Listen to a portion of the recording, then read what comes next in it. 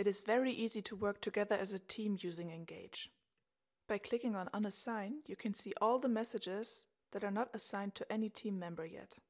And you can use this Hoover button to delegate the conversation to a specific team member. The conversation disappears from the Unassigned folder and reappears in the personal folder of your team member, Ava in this case.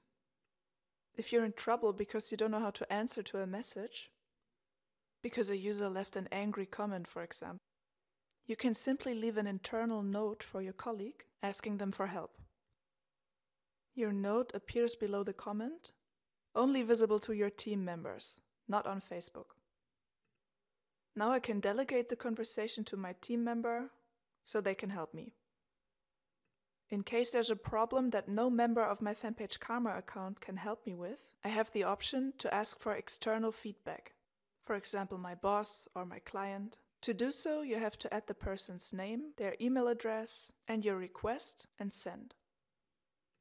This message also appears as an internal note, colored in blue in the chat view, and Alex gets an email with the request that he can answer to, which then also appears in the chat view. I can now take the advice and hide the comment.